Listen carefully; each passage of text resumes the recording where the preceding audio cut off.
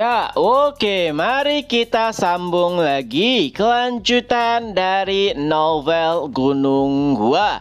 Chung Myun nampaknya akan mengakhiri harinya kala itu dengan terus berada di sisi Chung Jin, karena mungkin setelahnya Chung Myun akan sedikit jarang menghampiri makamnya. Ia menatap langit, terus mengoceh, menuangkan alkohol kepada juniornya, dan menceritakan kisah hidupnya yang baru di Gunung Hua.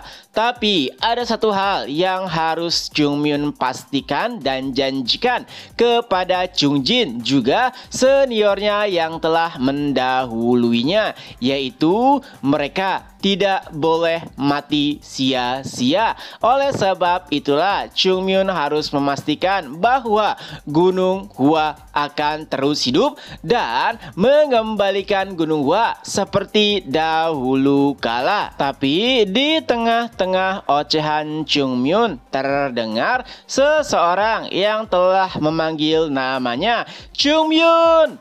Chung Myun, di mana kau? Ya, ternyata itu adalah 5 pedang. Mereka nampaknya tengah mencari Chung Myun dan ingin mengatakan sesuatu kepadanya. Mendengar teriakan tersebut, Chung Myun pun berkomentar, "Lihatlah, bahkan di umurku yang segini, aku masih hidup dengan dikelilingi oleh bocah-bocah pintar. Ya, mereka bahkan tidak memberikanku waktu sedikit untuk bersantai." Chung Myun pun menanggapi mereka, "Senior, ada apa?" Lalu mereka pun menjawab, "Chung Myun, pimpinan sekte memanggilmu." Ya, karena itu pula pada akhirnya Chung Myun pun harus meninggalkan makam Chung Jin.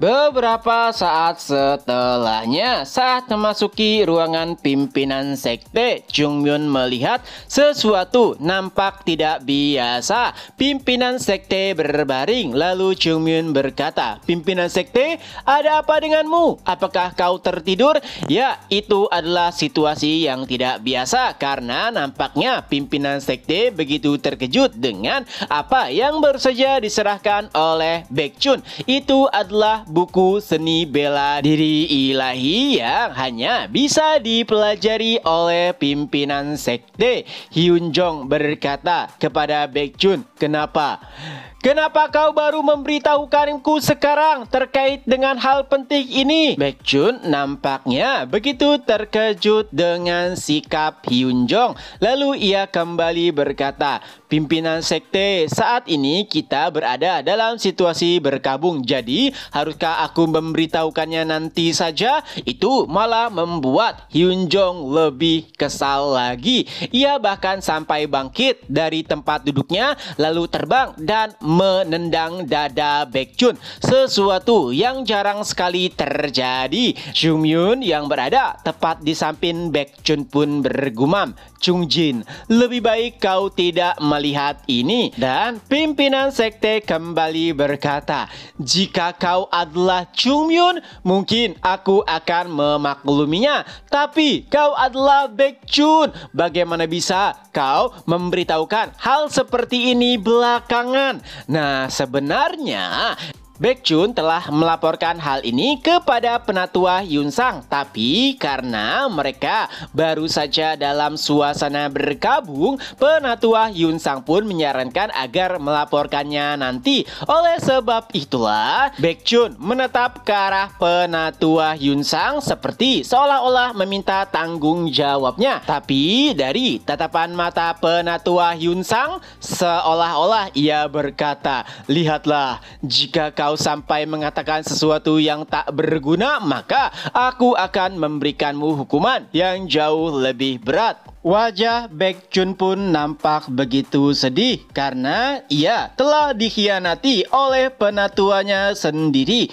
Tapi untungnya ada senior Ungam yang berusaha untuk mengalihkan perbincangan. Ia pun bertanya kepada pimpinan sekte, tapi pimpinan sekte, sebenarnya buku apa ini? Kenapa Anda begitu terkejut setelah melihatnya? Lalu Hyun Jong pun berkata, ini adalah seni bela diri ilahi langit ungu. Apakah kau tidak tahu? Lalu Ungam menjawabnya dengan polos, ya, aku tidak tahu. Anda tidak pernah memberitahukannya. Ekspresi Hyun Jong pun sedikit melunak. Ia kembali berkata, benarkah itu? Aku tidak pernah memberitahukannya. Jadi ini adalah seni bela diri. Tapi sebelum itu, di mana lagi kau mendapatkan buku-buku ini? Dan Baekjun pun kembali lagi menceritakan terkait dengan bagaimana mereka mendapatkan beberapa buku seni bela diri tersebut. Intinya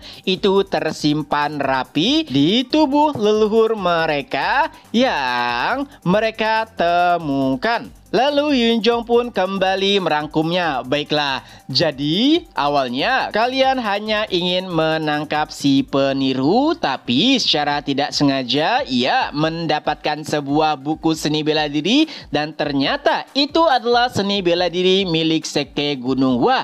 Dan kalian pun memiliki inisiatif untuk mencari tubuh leluhur yang kemungkinan ada di sekitar sana hingga pada akhirnya kalian pun mendapatkannya, di mana ternyata di tubuh leluhur tersebut ada buku seni bela diri ini. Baekjun pun hanya mengangguk dan penatua Hyun Yong nampaknya begitu greget karena sedari tadi pimpinan sekte selalu saja mengulur-ngulur waktu dan tidak menjelaskan sebenarnya seni bela diri apakah itu.